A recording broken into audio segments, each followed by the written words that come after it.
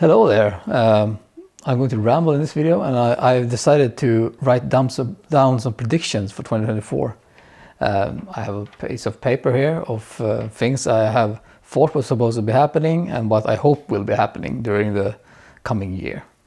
One thing that when I was writing this down was I wrote down digital tube amps, and what I meant with that was there are some companies going to release a tube amp that is you are able to be controlling it through a computer, and 2 hours later the news about the Soldano Astro dropped, which is basically what I thought was supposed to be released in 2024. So that was kind of funny. The second point of what I think will happen in 2024 is Gibson is either pulling out Mesa Boogie entirely out of Europe, because they haven't been available in Europe for almost 2 years now, and they are basically going to stop delivering here, or they are going to be available again but with an extreme price hike. So they are going to be like the dual rectifier right before it went away was up in the 3k euro range, and probably if they come back to Europe with the Mesa Boogie stuff, it's probably going to be in the 4k range for a dual rectifier, and that's really expensive.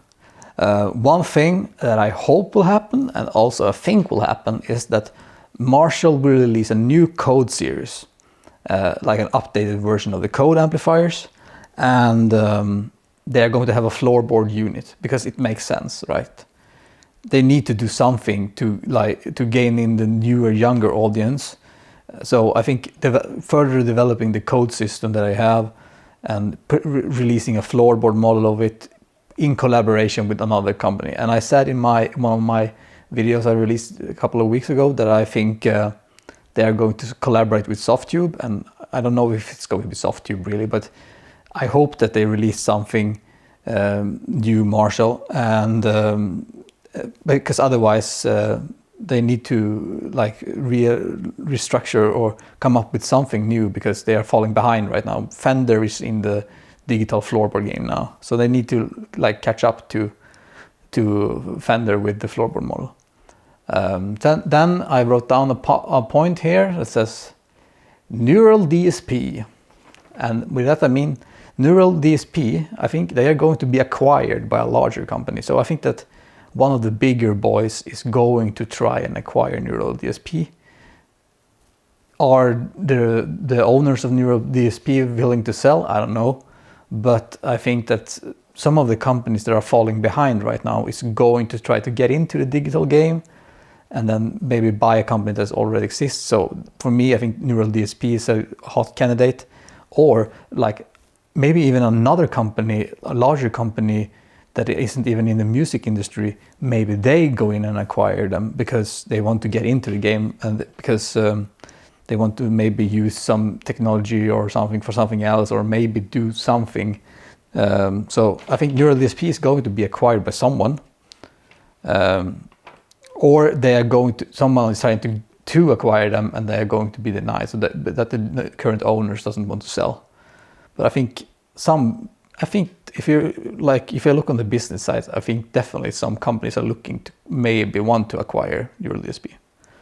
And then I have a prediction here that I wrote down that I think is really interesting, and I hope it kind of happens pretty soon. And I wrote down plug-in amp, a USB unit to use plugins live. And with that I mean there's going to be released an amp, a small amp, almost in the Vox MV series range, that size, which is basically a USB interface but with a built-in power amp, so we can drive a cabinet. So I think that as one company is going to have released this plugin series, and then they're going to have the amplifier. So you do your settings in the plugin and use it for maybe your recordings, and then you just take the settings and transfer them over to the amplifier, and then you can use the same settings live, except the cabinet modulation is turned off, cabinet simulation is turned off. So I think some company, and probably I know there is a few units doing kind of this already, but what I think here right now is that someone is going to try and get maybe a third party, so maybe like a computer based thing. So maybe it's a unit that's basically a USB cable into a power amp, so you can then plug in your guitar into that unit, and basically it's on all your interface with a built-in power amp for live use. I think someone is looking to that direction, because it kind of makes sense that to have, because right now a lot of people are using that I know are using the HX Stomp with a power amp to drive cabinets live, and they also take a line out to the PA, but to have some stage volume. So I think someone is going to release a product in that range. Then I written down something I hope for, what I want to see from gear to be released this year. First of all, the number one thing I want to be released during 2024, it's a Marshall product, which for me is kind of my favorite brand, so makes sense. The Marshall Mini JVM. So they have now released the JCM 800 and the Studio Classic and Studio Vintage amplifiers, and they have the small head of the Silver Jubilee, and right they have the JVM right now, and I want the JVM amplifier, but I don't have a need for a 100 watt or 50 watt amplifier. I would like a 20 watt version of the 50 watt amp. So basically a 4-channel. They could take it the 2-channel version and just make it smaller and have less wattage. And they don't need really to manufacture it in the UK, but if they do, it would be nice. So they have the same sort of settings. So the two channels from the JVM and be the same sort of settings. So basically the 50 watt head in a smaller box that hopefully is the size of the DSL head. Maybe it's a little bit bigger because need to fit more components.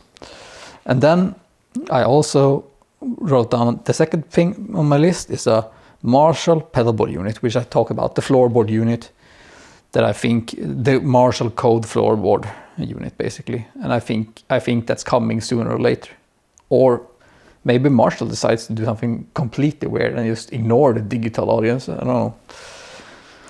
And what I hope for, the third point, is the Mesa Boogie availability approves outside of the USA.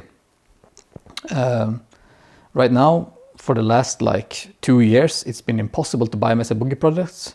I own the cabinet and I don't do a rectifier. I sold my dual rectifier and I sold the cabinet.